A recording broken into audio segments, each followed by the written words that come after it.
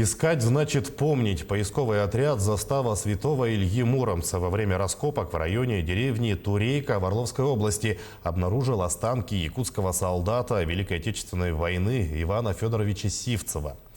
Деревня расположена рядом с Красной Дугой, где прошло одно из самых крупных сражений – Курская битва. Она унесла более 250 тысяч жизней. Ульяна Шагина продолжит. Красноармеец Сивцев Иван Федорович 1908 года рождения. Место рождения – город Якутск, Якутская ССР. Служил в составе 1035-го стрелкового полка 280-й стрелковой дивизии. На сайте Министерства обороны можно проследить боевой путь солдата. Эти же данные записаны в красноармейской книжке солдата, пролежавшие ровно 78 лет в сырой земле и сохранившиеся чудом кусочки самых важных данных. Восстановить удалось только благодаря опытным специалистам в лабораторных условиях. Они и есть красноречивые свидетельства судеб тысяч солдат и офицеров, павших на поле боя. Действительно, чудом сохранившиеся фрагменты красноармейской книжки позволили специалистам лаборатории «Солдатский медальон» прочитать эти записи. И мы с большой надеждой обращаемся к жителям Якутии на то, чтобы, может быть, найдутся родные и близкие героя. Третья по счету экспедиция опытной поисковой группы застава святого Ильи Муромца завершилась недавно. Она прошла неподалеку от деревни Турейка Троснянского района Орловской области, где в 1943 году прошла знаменитая битва на Курской дуге.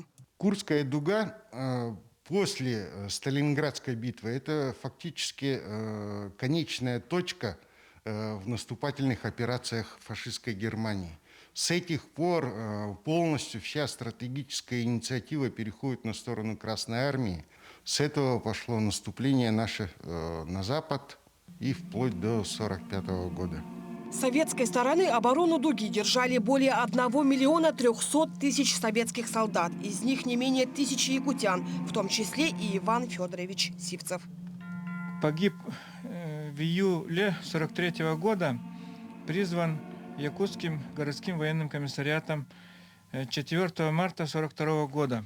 В этой книге его фамилия, имя, отчество имеется, но там маленькое несходство по дате, по году рождения. В книге «Память», изданной в Якутии уже в 80-х годах, датой рождения солдата отмечен 1905 год, а в военном билете – 1908. Также и место рождения – Усть-Алданский район, либо Якутск. При этом такие ошибки в книгах памяти имеют место быть, но могли ошибиться и при заполнении самих документов. Это, скорее всего, какая-то техническая ошибка.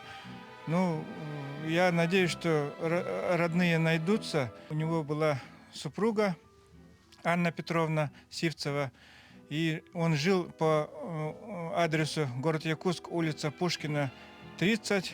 У супругов Сивцевых в Усть-Алдане родился сын Иван. Инженер с высшим образованием. В 1976 году он по назначению уехал в село Кюсюрь Булунского улуса, где женился на Ульяне Михайловне. В том же году удочерил 9-месячную Саргулану.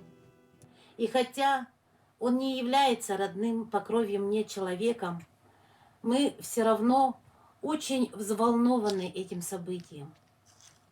По словам моей покойной матери, Иван Иванович проживал в Намском улусе. Поэтому мне очень важно, чтобы настоящие его родственники смогли найти своего деда. 3 декабря в памятную дату, День неизвестного солдата, поисковая группа планирует торжественно проводить в путь к родным останки найденных под Курском солдатов, в том числе и якутянина Ивана Сивцева. Это важно, чтобы каждый из них наконец-то обрел покой на своей родной земле. Ульяна Шагина, Павел Пахомов, Якутск.